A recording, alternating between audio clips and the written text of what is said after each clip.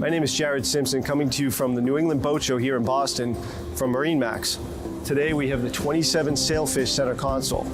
This is a 24-degree dead rise hull.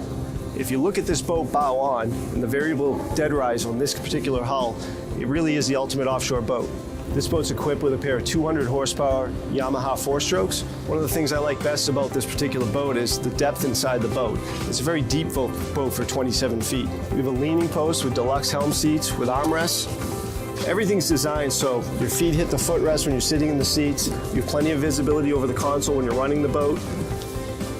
The tilt steering wheel, electronic controls, make it easy for maneuvering around the docks and close quarters. A 12-inch Garmin display. This boat is a fiberglass T-top. All the rails in the boat have been powder coated for easy maintenance. Molded in speakers. Storage bag for life jackets. Up forward, we have the optional forward-facing backrest for the forward seating. There's an optional table that's included. This is a great boat if you want to use it as a day boat to go to the beach, or if you want to fish 30 miles offshore for the day. We have a large head compartment with a porcelain electric head, almost 6 feet of headroom, and additional storage. If you're in the market for a center console, this really is the best riding boat in its class.